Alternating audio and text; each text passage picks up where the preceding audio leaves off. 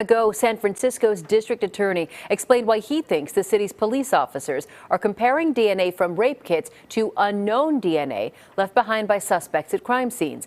KTVU's James Torrez live now to tell us what the DA had to say on this. Garcia, DA Boudin says this is a systemic issue and it's not just limited to San Francisco police. His proof, he says, the first page of a crime lab report from SFPD found under discovery for a case his office was asked to prosecute. Indicates that there were two items compared. One was the unknown DNA left by a suspect in a crime that occurred recently. And what it says is, during a routine search of the SFPD crime lab, and it goes on and says that it compared that unknown sample with a known sample submitted back in 2016 in a rape kit. Boudin says he has had many conversations with leadership at the SFPD crime lab who told him this is an ongoing routine practice for law enforcement agencies in the entire state. That report he read is linked to a case where a woman was arrested for a felony property crime. Police Chief Bill Scott in a statement says that DNA match may have actually come from a non-victim database, but he will continue to review the matter thoroughly to make sure.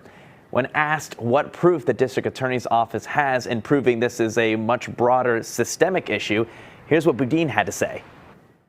If you have questions about whether or not this is a systemic practice, I would encourage you to ask the San Francisco Police Department Crime Lab two simple questions. And the answer to both of them will be yes. First, do you routinely save in an internal database all DNA that sexual assault survivors provide you in rape kits? The answer is yes. Second question, do you regularly test unknown DNA samples from crime scenes against that database? And the answer is yes. Alongside the DA stood advocates against sexual assault and Supervisor Hillary Ronan. She says she's working with the city's attorney's office to draft legislation guaranteeing this practice is illegal. State Senator Scott Wiener's office is doing the same on a state level. Some of those speakers alluded to the DA's office dropping the charges against the woman he used as an example. Those speaking today say people who undergo a rape test kit fill out pages of paperwork, none of which ever notifies them their DNA would be used for anything other than a sexual assault investigation.